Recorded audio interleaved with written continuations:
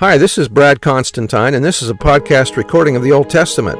Although this is not an official recording of the Church of Jesus Christ of Latter-day Saints, every effort's been made to be as doctrinally accurate as possible. I'll be using for the text the Joseph Smith translation of the Old Testament, along with many commentaries from general authorities of the Church, BYU professors, Bible scholars, and others. This format will be very detailed, and so if you want a deep analysis of the Old Testament, you come to the right place. Thanks for your attendance. Hi, and welcome back to the Old Testament podcast. This is going to be for Numbers chapter 23. So this is a continuation of last chapter, which was about Balaam and Balak. So verse 1, And Balaam said unto Balak, Build me here 7 altars, and prepare me here 7 oxen and 7 rams. And Balak did as Balaam had spoken. And Balak and Balaam offered on every altar a bullock and a ram. And Balaam said unto Balak, Stand by thy burnt offering, and I will go. Peradventure the Lord will come to meet me, and whatsoever he showeth me I will tell thee. And he went to an high place, or in Hebrew a bare place. And God met Balaam and said unto him, I have prepared 7 altars, and I have offered upon every altar a bullock and a ram. And the Lord put a word in Balaam's mouth, and said, Return unto Balak, and thus thou shalt speak. And he returned unto Balaam, and lo, he stood by his burnt offering, he and all the princes of Moab. And he took up his parable, and said, Balak the king of Moab hath brought me from Aram out of the mountains of the east, saying, Come, curse me Jacob, and come, defy or denounce Israel. How shall I curse whom God hath not cursed, or how shall I defy whom the Lord hath not defied? For from the top of the rocks I see him, and from the hills I behold him.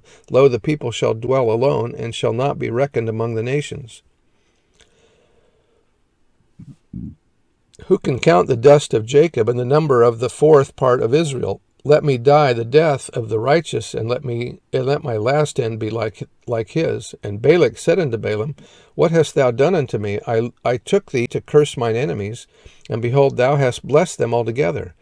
And he answered and said, Must I not take heed to speak that which the Lord hath put in my mouth? And Balak said unto him, Come, I pray thee, with me unto another place, from whence thou mayest see them. Thou shalt see but the utmost part of them, and shalt not see them all, and curse me them from thence. And he brought him into the field of Zophim, a lookout point, to the top or the summit of Pisgah, and built 7 altars, and offered a bullock and a ram on every altar.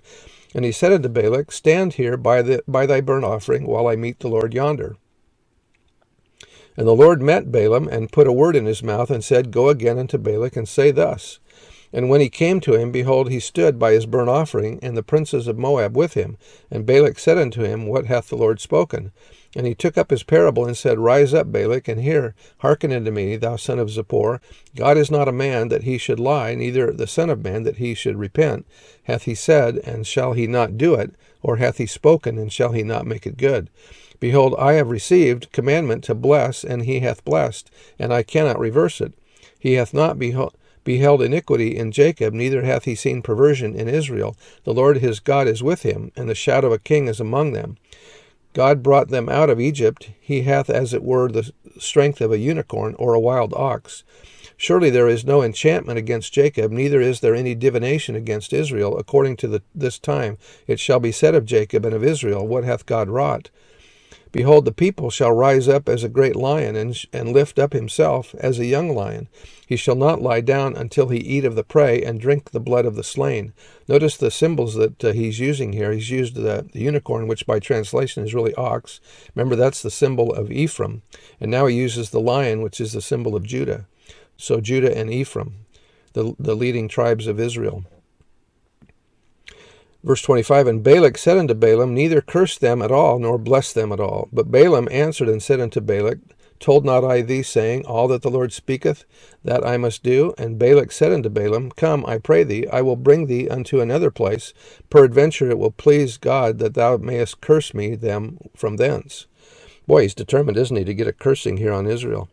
And Balak brought Balaam unto the top of Peor, that looked toward Jeshimon, or overlooks the desert. And Balaam said unto Balak, Build me here 7 altars, and prepare me here 7 bullocks and 7 rams. And Balak did as Balaam had said, and offered a bullock and a ram on every altar. So that's the end of chapter 23. Come back tomorrow. Maybe we'll see the exciting conclusion.